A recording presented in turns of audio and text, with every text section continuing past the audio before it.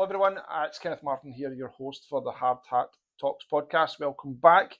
Today we've got Gordon Nelson on the chair from the Federation of Master Builders. Hi Gordon, how are you? Oh, very, very good. Thanks, Ken. How are you doing? You all right? Yeah, I'm fine, thank you. I am fine. Gordon, we bumped into each other at the show at the SEC. We did. We did, and I kind of nabbed you and thought, would you like to come on the podcast and tell us a little bit about Federation of Master Builders and what you've been up to? So thanks for coming along. I do appreciate it. But before we dive too much into the big subject for today, I wondered if you maybe just give us a wee bit of information about yourself and how you get involved in the industry. Yes, of course. So, Gordon Nelson, I joined the FMB Federation of Master Builders 11 years or so ago. Yeah, 11 years this year. And prior to that, my sort of background is not with construction. It's originally within FMCG, fast-moving consumer goods. So I worked for Unilever in my earlier career in the world of marketing and business development for some personal care products such as Lynx and Dove deodorant and Sure, which probably most consumers have heard of. Mm-hmm. So that was my sort of initial grounding in my sort of early to sort of late 20s. And then fast forward a bit of a gap in between. I was, before coming to the FMB, I worked for another membership body representing charities and social enterprises. So my role there was more in, again, marketing, business development, a bit of income generation for that group. And then I spotted an opportunity to join the FMB as their Scotland director. And that role sort of built my current skill set, but had other opportunities in policy and public affairs, which I hadn't touched on much. And they're all interested, excited me. And after a couple of interviews and meeting some of the members, I was kindly offered the role. And I've been here now 11 years. So that's a summary of how I'm here today. Fantastic, fantastic. So 11, it's quite a move from the previous then. Have you found anything interesting or difficult about moving from the sector you were originally into kind of representing builders and the public? Yeah, I think a couple of big differences. One, where I was before, the number of members we had, a lot of them are sort of larger enterprises, albeit there are charities and social enterprises. Some of them are larger. Whereas the FMB, most of our members are small, micro, and medium-sized companies. So typically, most members as building contractors have got 10 or less staff. There are quite a few exceptions to that, of course. We've got some members who've got well over 100 staff who are medium-sized companies, but our sweet spot is sort of micro to small, rather where I was before. The sweet spot was medium to sort of large in terms of size. And obviously, getting to know a lot more about the construction sector, which is I didn't know much about coming in. So that took a while to understand the dynamics of the construction industry and where the FMB as a representative trade federation fits in. So that's an ongoing process, of course, but it's been a pleasure learning that and also engaging with other stakeholders in the industry too, and understanding where there's common ground that we can work together on, or where it's up to us, the FMB, to voice issues on behalf of our members. Mm-hmm. Okay. Well, obviously, although you're voicing issues on behalf of the members, is there a public-facing element of that as well in terms of the consumer? Yes, that's right. So when we met Yeah. just a few weeks back at the SEC at the Home Building and Renovating Show, we've been as an organisation exhibiting at the shows around the UK for quite a while now, certainly since probably before my time. So that comes to Edinburgh later this year in October and goes to Birmingham, London, and elsewhere in England too. And that show is a consumer-facing show where most of the delegates attending are homeowners looking to have a building project delivered, be that a large renovation, a new bathroom, an extension, or even a custom or new or self-built home. So they are engaged potential clients, often with a building warrant in place and or planning permission, and we go there to I think set potential clients on the right pathway to find good, reputable, professional contractors and to answer their questions about a whole range of issues, from technical questions on to budgeting and so forth. And that show we find to be quite successful for the members, because we bring some of our members along who are there doing the doing. They are delivering extensions, renovations, etc. So they're there to be the builder experts at the stand, along with myself, to answer questions from delegates about a whole raft of issues, from questions about working on heritage buildings, questions about materials, and many questions that I could only vaguely attempt to answer, because after all, it's the members who are out there delivering the projects who've got the experience, and with great support from them, they come along to educate and inform clients on the right pathway, which is, I think, a very valuable use of our time and their time. Yeah, excellent, excellent. So, trying to get to the crux of the matter then. So, obviously, we've had various guests along in the podcast, and they're all sharing some of the complexities that they're finding for their organisations, their businesses. What's the burning issue right now for the Federation of Master Builders? Well, right now, the burning issue that for us and our members is we've brought back a key campaign of ours from before COVID on license to build. So that's something which is a big burning issue. And the reason why I mention that is because at the FMB, as I mentioned earlier, our members for the most part are small, micro-size building contractors, principal contractors in the industry. And why do they join us? Well, a lot of them join because they want to be part of the professional, with a small p, association for building contractors. What makes us professional? Well, certainly one is the whole joining process. So we undertake an inspection of the potential members' work. There's a lot of desk-based research we undertake to check the credit history of the company, do company's house checks, just to make sure that the potential member, the business, be that a sole trader or a limited company or a partnership, is a good business that is reputable and meets the FMB standards. So it's a form of accreditation, a form of licensing with a small L, if you like. But ultimately, it's voluntary. So it's not mandatory for a contractor to join us or anybody else. It's voluntary. So a lot of the members who do join us want evidence objectively that they're part of that professional community. A lot of them, for the most part, are very busy. Their workloads are booked up for well up to a year. So they don't join to win work. It's more that they want to be part of that wider community. And they are very passionate about toughening things up. And for many years now, when we run surveys of our members, state of trade service was questions about what should the FMB campaigning upon for the future. Licensing comes up as a sort of, if not the number one, the number two issue. And it is driven, I think, by the fact that most members, being small and micro-sized companies, get frustrated at times when homeowners, consumers meet the shadow economy, the cash in hand sector, who are unscrupulous and will mislead homeowners into having projects delivered which actually are poorly done.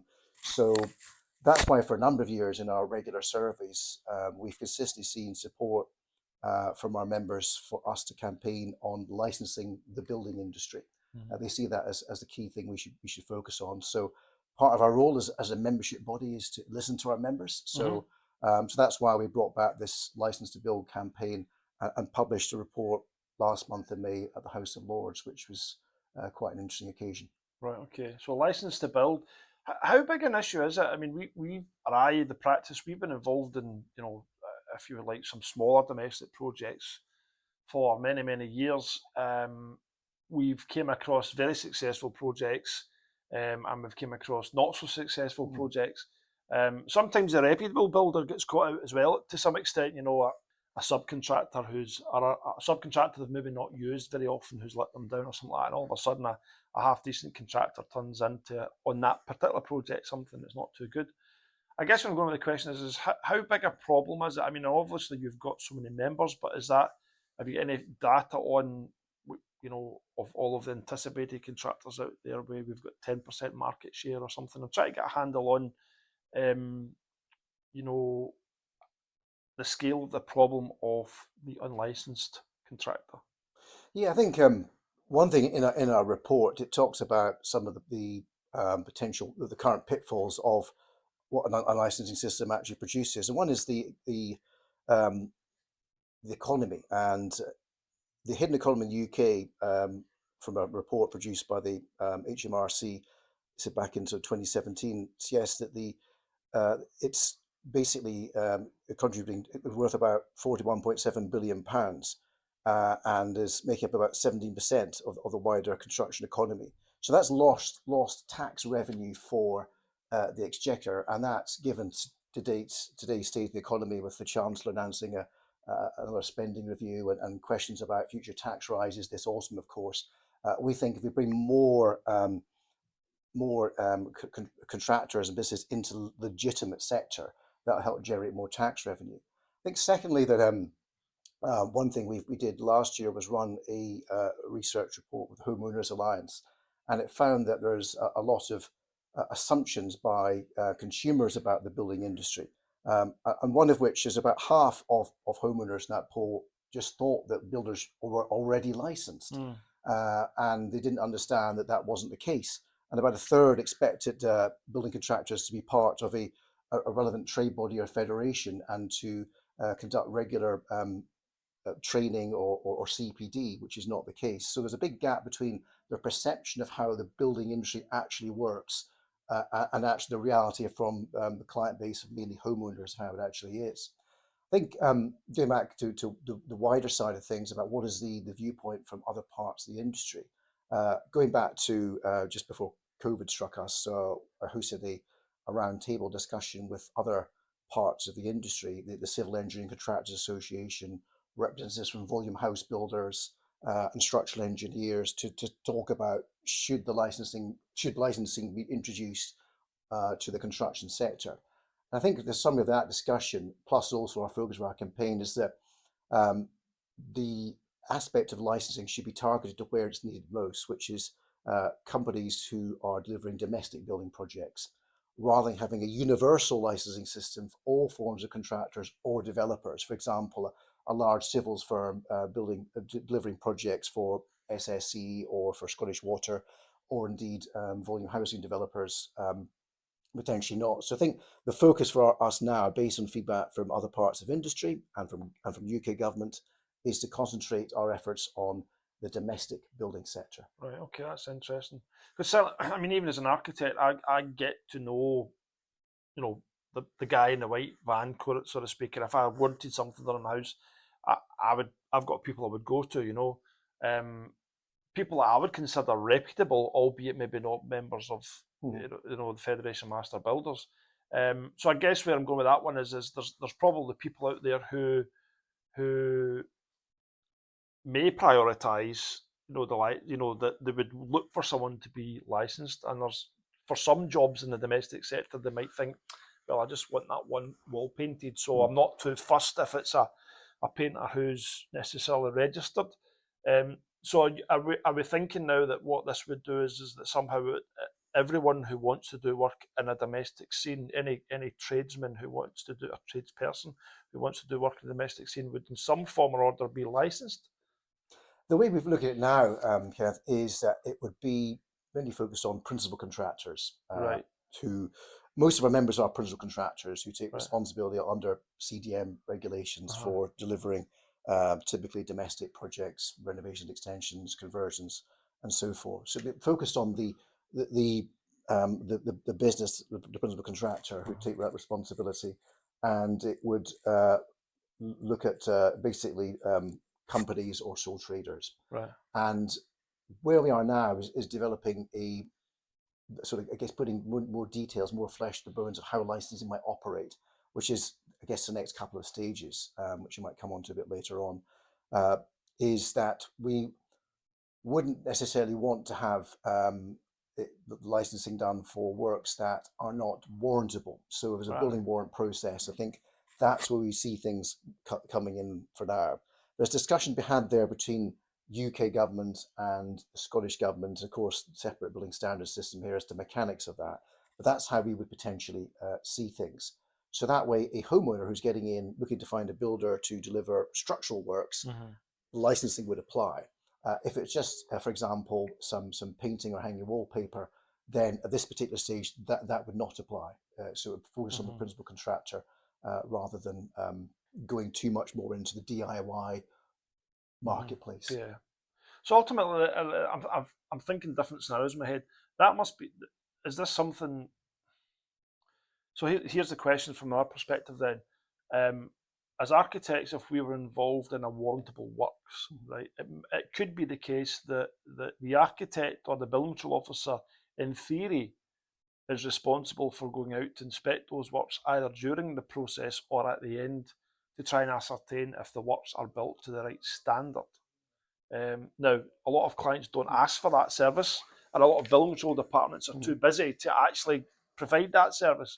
So ultimately, then what we're talking about is the licensing of the builder is something that should give the consumer peace of mind that the principal contractor, the person who's taking on board the extension, attic conversion, whatever it is at a certain level of calibre of business that justifies taking on or awarding the contract.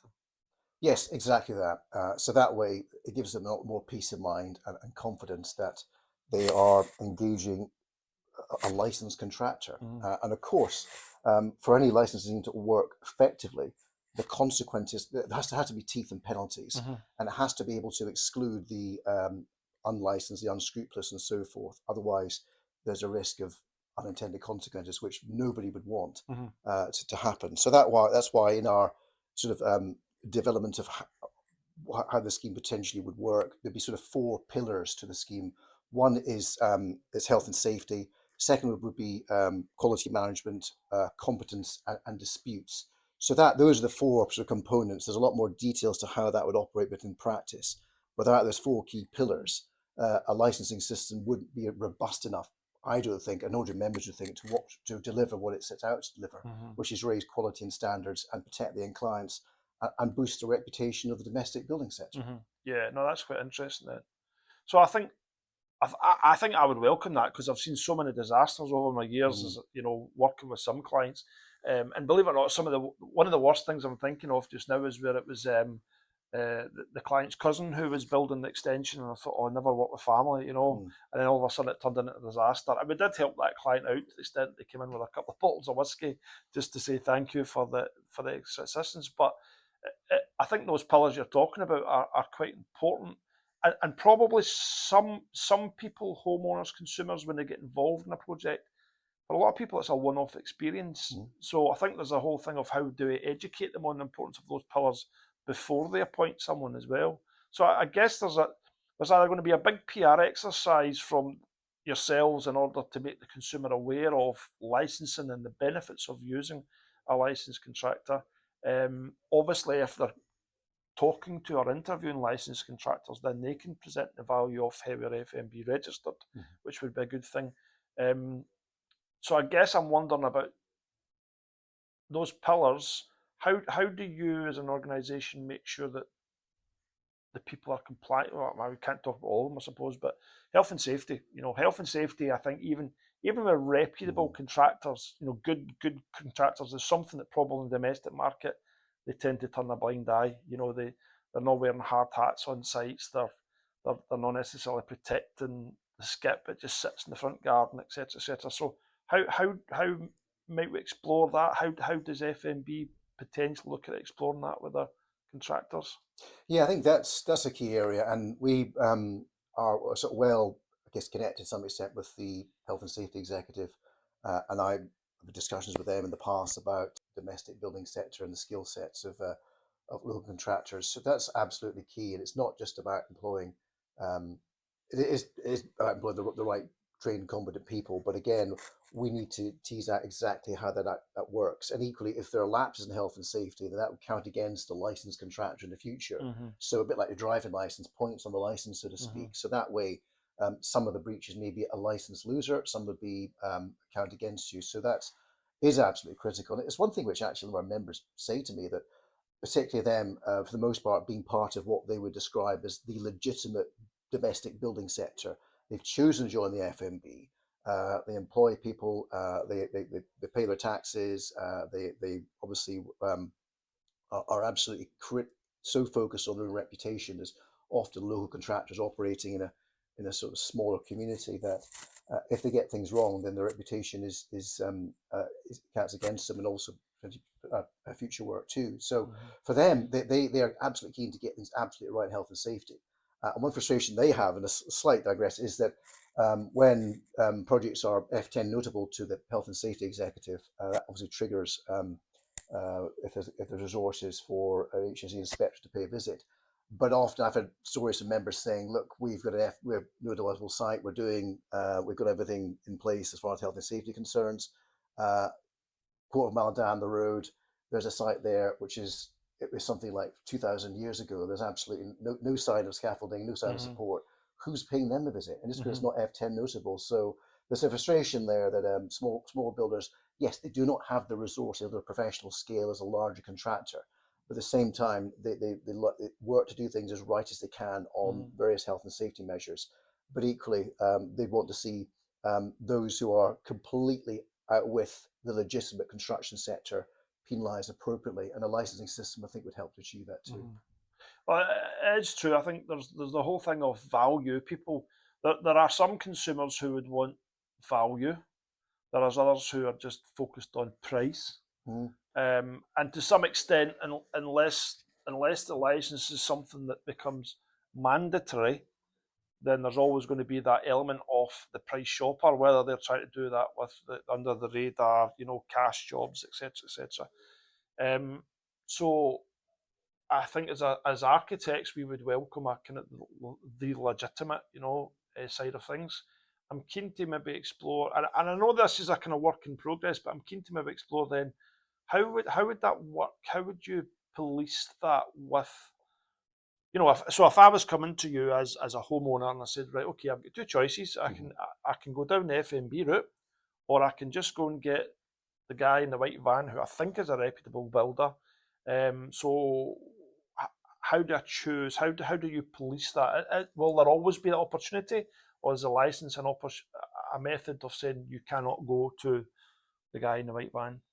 I think in order to ensure that behaviour produced by the clients is what licensing would seek to achieve, then legislation would need to be produced, ideally from the UK government on a consumer protection route for licensing. But as I've talked with various other stakeholders and colleagues too, that we're fortunate in Scotland that the building standards system is seen as being stronger than elsewhere in the UK. And that's not just me saying it, that's from the James Judith Hackett's report, the first one from Grenfell. And there's been work undertaken to strengthen the system here in Scotland over the years. And right now, as everyone knows, the system is basically proactive in the sense that it's warrant before works. For building, the warrant has to be issued before works can commence. And also the sole verifiers are within local authorities, the building standards team, whereas south of the border is quite different. And that's something which led to the Building Safety Regulator and the Building Safety Act before that. So the way to see potential licensing work in Scotland, don't get me wrong, there's an awful lot to work in this with the Building Standards Division and others here too, would be ultimately, because it's the sole verifiers are local authorities issuing a building warrant, there'll be a mechanism there to adjust the customer journey for a homeowner looking to have an extension delivered to such an extent that it would be very difficult, if not impossible, for a non-licensed builder to be able to deliver that works. That's how I potentially see it, because of the nature of the building standards system in Scotland. It's more, in my mind, compatible with what licensing seeks to achieve, which is improve standards and quality and prevent unscrupulous and rogue traders and the shadow economy from thriving. So that's how I see potentially working. There's a lot more to work at that through with the Building Standards Division and how that may adjust. But I'm encouraged, I think, by some of the recommendations from the Grenfell Phase 2 report, which was published just a few months ago, and what the Scottish Government are looking to do to implement those recommendations. Okay. So ultimately, then there'd be a mechanism that building control would help you guys. I'm going to use the word police the whole licensing process. Yeah. So I take it there's been some form of discussions. I don't know if you can go into that dialogue with us, or yeah, I can touch on it certainly. So just going back, so when we first really pushed licensing at the FMB, it was in 2018, 2019. And at that time in Scotland, after the first Grenfell report was published, the Hackett review, the the government, the Scottish Government and the Building Standards Division wanted to set up a strategic board called the Building Standards Futures Board to look at strengthening the system and to implement some changes and some recommendations. So back then I was busy talking to various bodies about licensing, and opportunistic timing to some extent, because I was then asked to join the Building Standards Futures Board, representing the FMB, but also to get a connecting into what the UK government might be looking at in terms of licensing, because it was relevant to what the Building Standards Futures Board was looking into with certification, compliance, and other more technocratic details.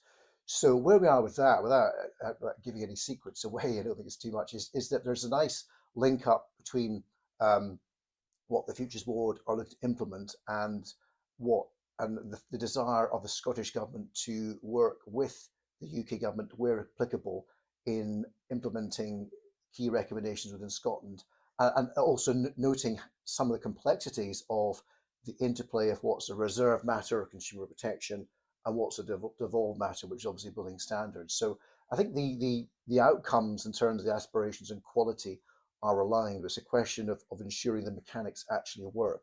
And so I've been asked to keep as the main sort of point of contact for the Futures Board, liaising my colleagues in London at the FMB as to what's going on with our efforts to talk to the UK government on licensing. Where are they with any proposed bills? What's the viewpoint of certain committees? So that way, there's a nice sort of joined up dialogue between those representing industry, ourselves, and those who come from the regulators or government's perspective. Yeah, okay, right.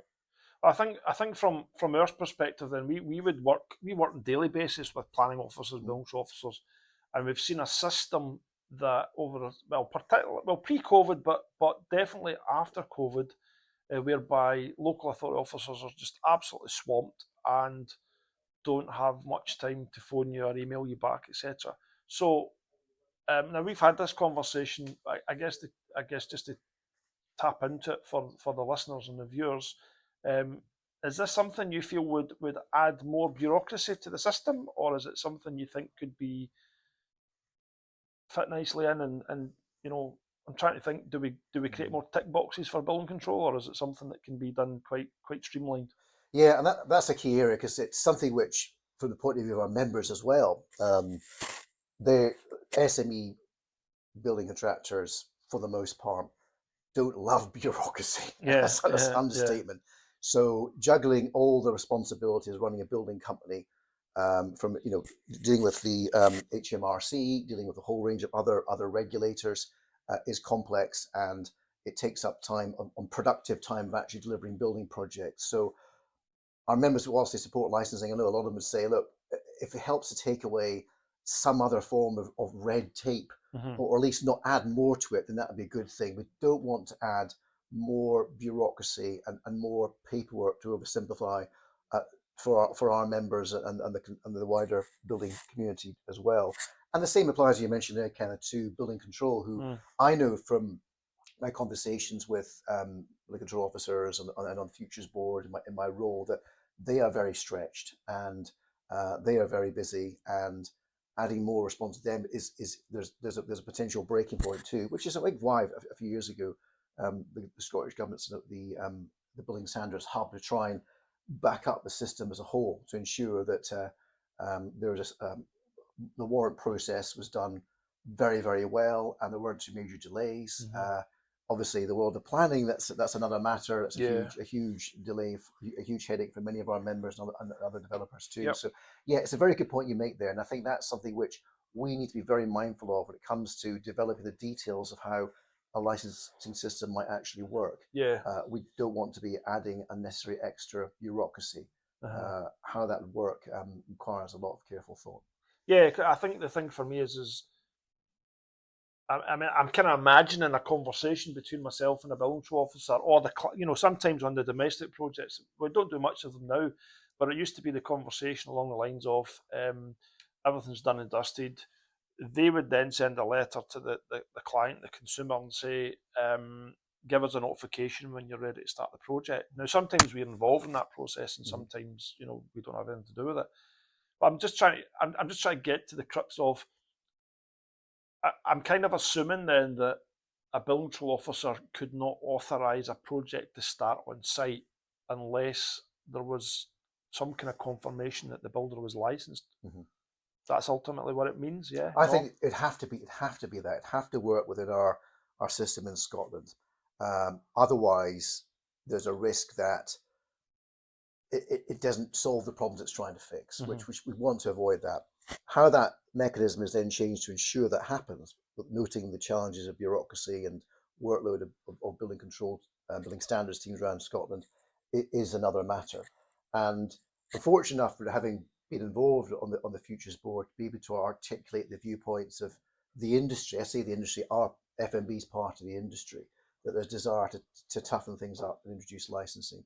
So I think we'd have to tie it in within that system in order Mm-hmm. to ensure that no one could find loopholes. Yeah. Well, there always will be loopholes because people can always find that backdoor loophole that just allows them to get away with stuff or whatever it is they're trying to do. And I guess as the process goes on, those loopholes, those back doors could be closed as they're Yes. discovered, certainly. So I guess then we've got a system that allows a license to be put in place that is potentially policed by building control.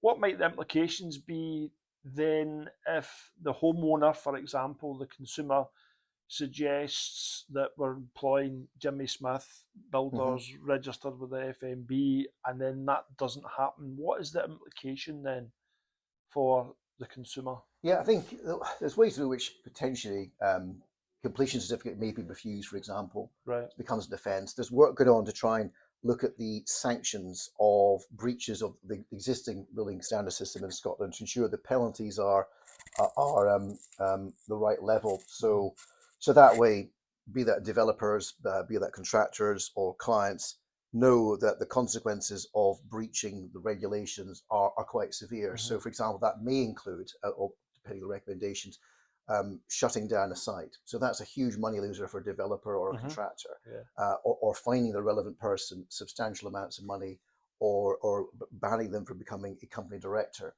So right now the penalties are there. How often they imposed and enforced, that's a bit of a question to be discussed, but they're not quite, the sanctions aren't quite high enough to ensure good behavior. So I think we need to look at that, the consequences of the sanctions for the homeowner, who for the most part would only engage major works on their home maybe once or twice a lifetime. So they don't know really where to begin, which is why we go to the Home Building Renovating Show to try and educate potential clients on the right pathway to working with good builders and so forth.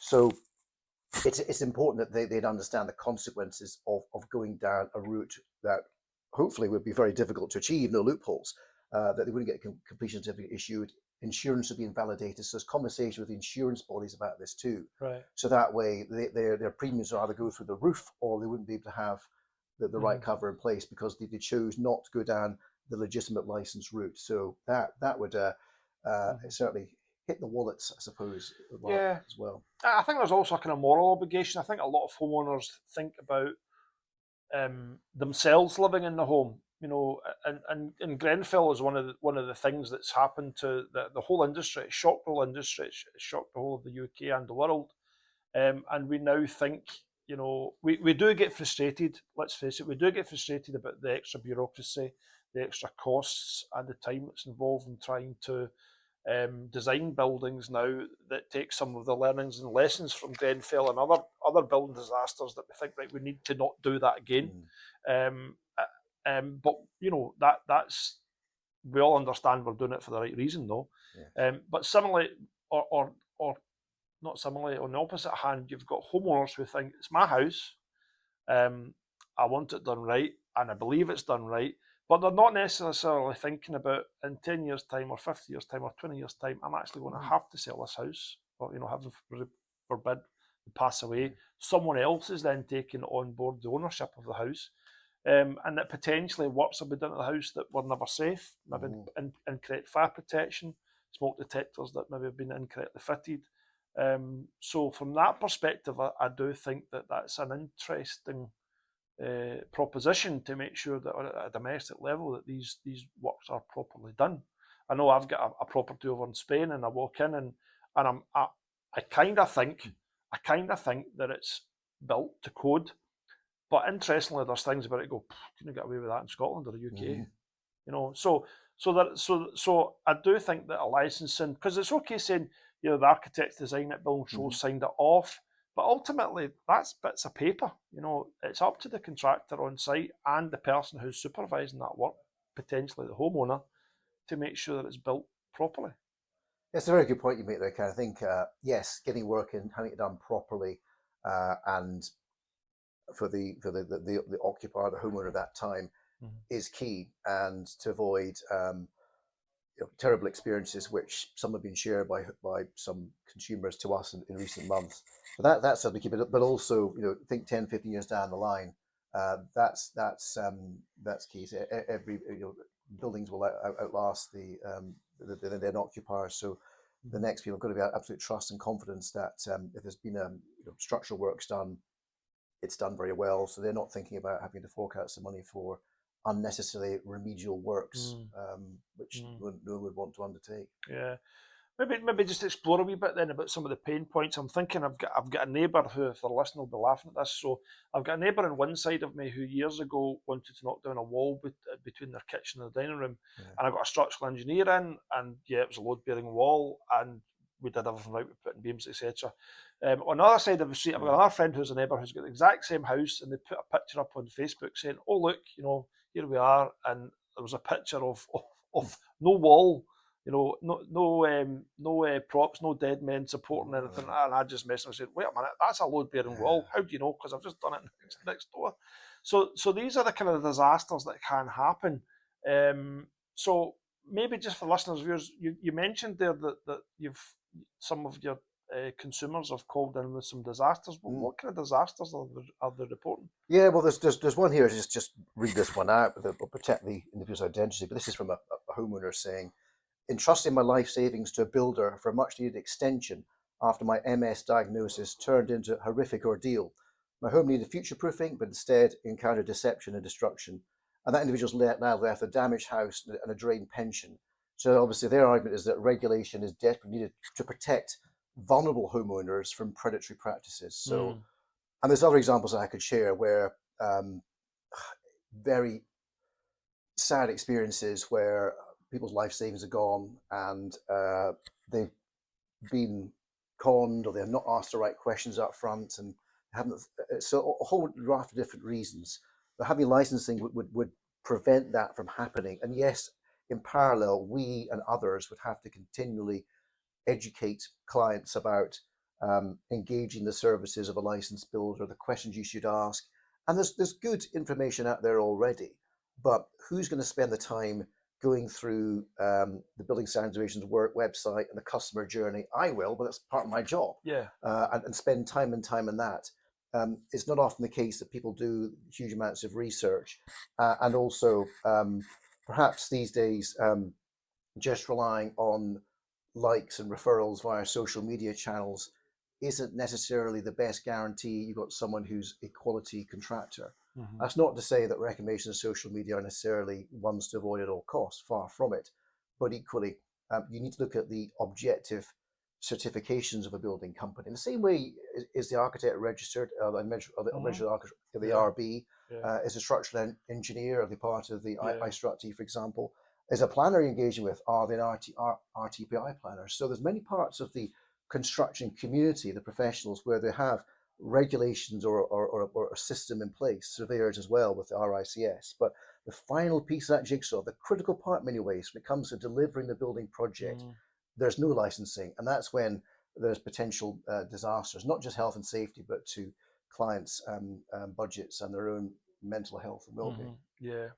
And ultimately, I can see how a licensing for contractors will ultimately protect the profit margin at the end of the day as well. Because it means that when you're factoring in things like health and safety and making sure that your trades guys are all properly trained and they've got the health and safety and all that stuff, it means that you're kind of competing on a more level basis as well. So, if the job, for example, to be done properly is £30,000, you're not competing against the guy come along and saying, "I'll do it for 20 cash." So it's a good thing in some respects. Yeah, it is, and that goes to my earlier point about keeping out the shadow economy and a more level playing field. It's a case that over the years I've had members share some of stories of me, and the sort of the rough sort of summary of what I'm referring to here, Kenneth, is that a contractor doesn't get the job for a particular renovation or extension. And then, as one member said to me a few years ago, I get a call 7 months down the line saying, "Oh, we should have gone with you, Tommy. Could you come in and fix things?" I said, "Well, if you got me in at the first point, the reason why my price was X was because you get quality." And now, unfortunately, we've got a situation where we're looking at remedial works and repairing things, and that's up to the contractor and the whole and surveyors to work out what the solution may be. But yeah, it is the case that that old cliche, to some extent, you get what you pay for. So what we do, and our members do very well around Scotland, is of course they're very good at the customer service for the most part, because they deliver projects for homeowners and other clients too. But they're very good at that customer service, hand holding, and explaining the process and the steps.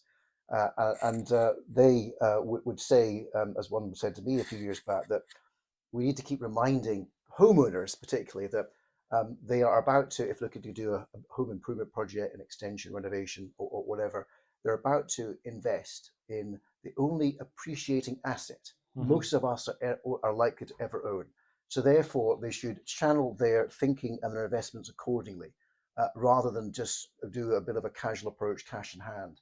So I think there's continue reminding that. That's not to say that they, depending on their budgets, their aspirations, that there needs to be a balance and a conversation there. But that's an important lesson to keep on. We keep have to push and keep out to educate the potential clients of builders.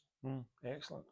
So, in an ideal world, then, timescales wise, have you got any thoughts about FMB? Well, rather imminently, actually, right. this Friday at As Westminster. soon as that. Well, yes, watch out, by July I'll be sorted. Right.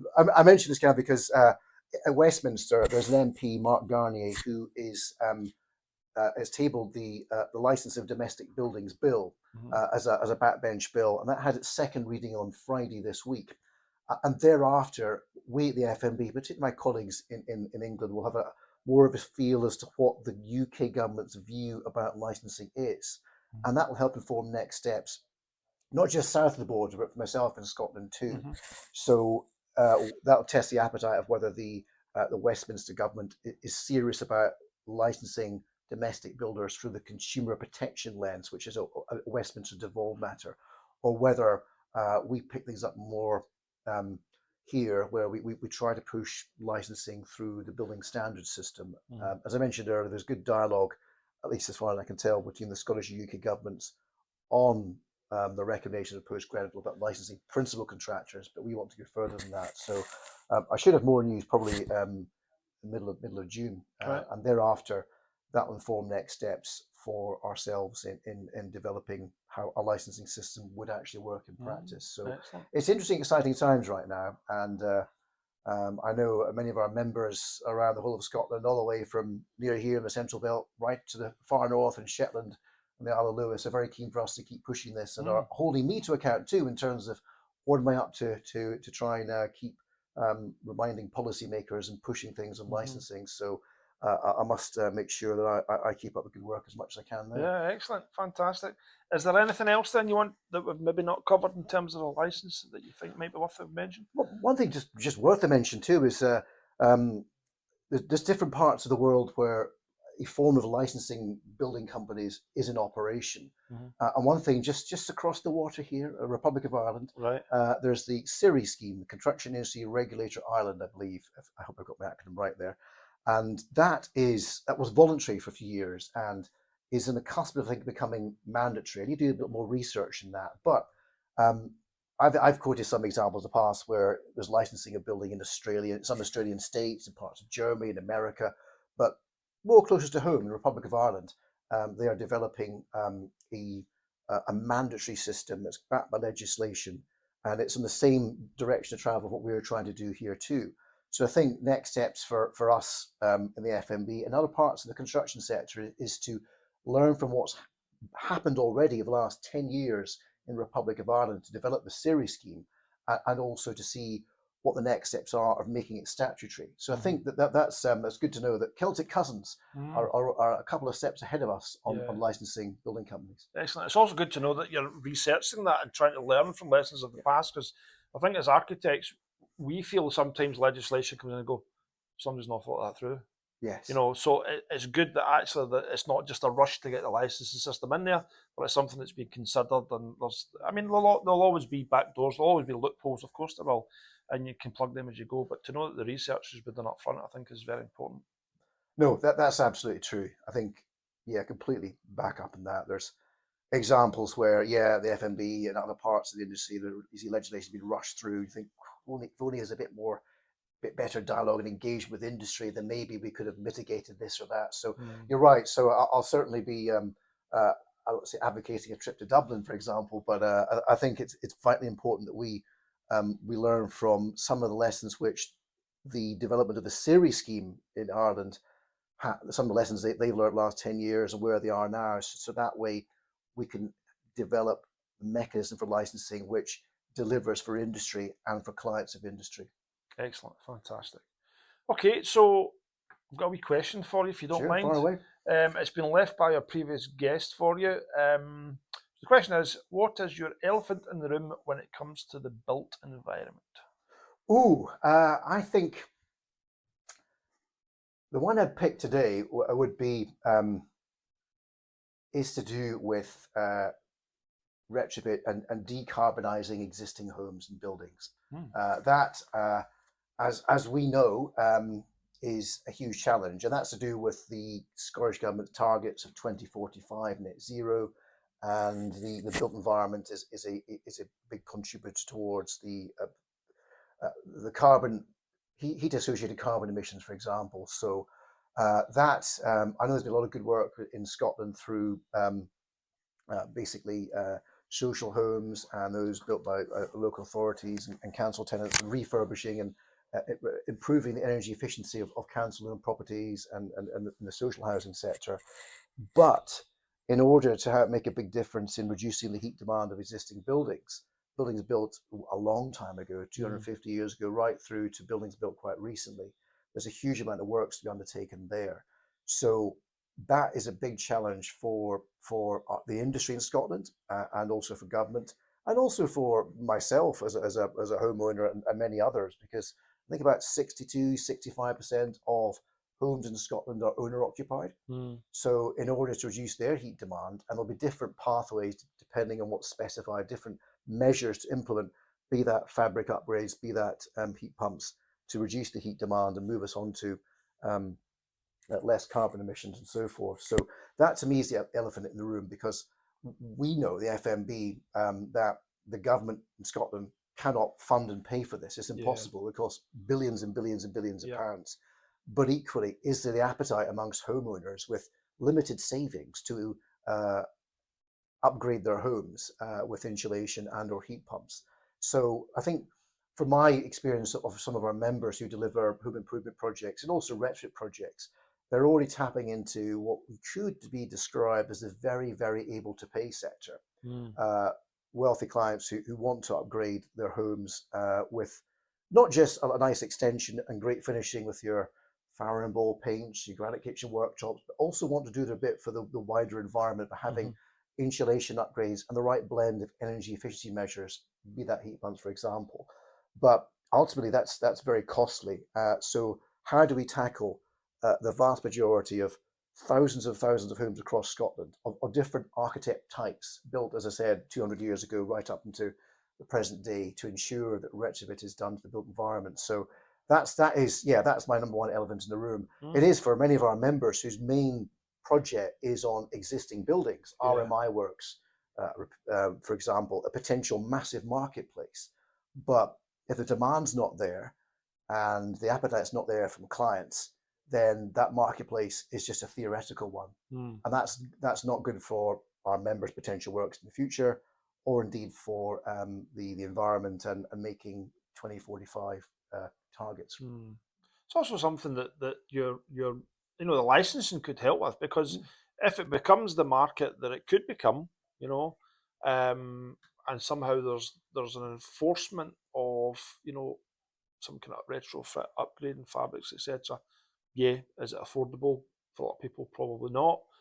But, if it becomes a booming marketplace, you might find consumers be saying, well, how do we actually know that the person who's coming in to rip off the plasterboard and, open up, fix my heating systems and blah, blah, blah, are actually reputable, I think as a homeowner, that would, and as an architect, that would probably scare me much more than actually putting an extension on or something like that, thinking someone's going to have to come in here, rip open all my plasterboard walls, put better insulation in, take out my heating system, and that would probably panic me more than I'm going to put an extension at the back. No, that's a very good point, Kenneth. Actually, I think, we see licensing is helping that retrofit home improvements, that blended marketplace as well, because there's been horror stories that I've come across, and also colleagues have shared in England too, of unscrupulous bad actors convincing people they need spray foam insulation, for example. Some of it backed by government grants, and using the government grants as a nasty bait to lure people in. So it's absolutely critical that I see licensing being aligned with that burgeoning retrofit marketplace, because I think it's a good point you make, that having an extension done, you want things done well by reputable contractors, but someone coming in and ripping apart walls and ceilings and so forth, and are they doing the right measures? Have they got the right prescription, like a doctor, for my patient, my home? And others will get things wrong, and they put the wrong measures in, and then fast forward a few years, it has to be ripped apart and start again, which that's one definitely to avoid, certainly. Excellent. Okay, Gordon, you don't know who's coming on next? Nope. So that's the interesting thing. Have you got a question you'd like to leave for the next guest? Yes, I will. I don't know who it is, so I promise I'm not being vindictive or anything like that. But the next question, I think, was question would be, how would you solve the skills crisis / challenge impacting the construction sector? What would you do to help solve that? Excellent, fantastic. Nice easy one. That's a nice easy one. I will pass that one on. We've kind of touched on the skills gap on a few podcasts. I think the first one we did with Eddie Wigton, he touched on that and how his company have tried to fill some gaps. So that'll be an interesting question. Gordon, if anyone's listening and want to get in contact with you, either a consumer or a builder who's maybe interested in FMB or interested in how you can support them with their home project, how's best to reach you?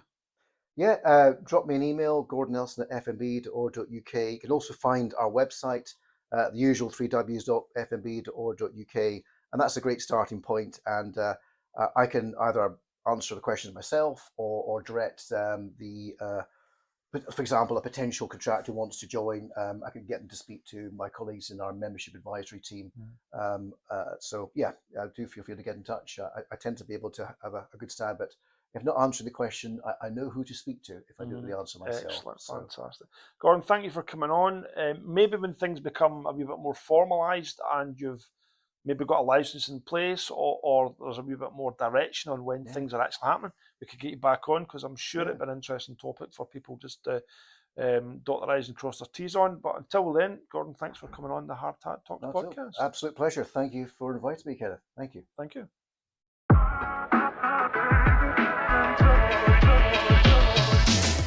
Thanks for tuning in to the Hard Hat Talks. If you enjoyed the conversation, don't forget to hit that subscribe button, whether you're listening on Spotify, Apple Podcasts, or wherever you get your shows. That way, you'll be sure to never miss an episode. If you've got any feedback or a topic you want us to tackle, please drop us a line. We'd love to hear from you. Till next time, stay safe, stay sharp, and keep your hard hat on.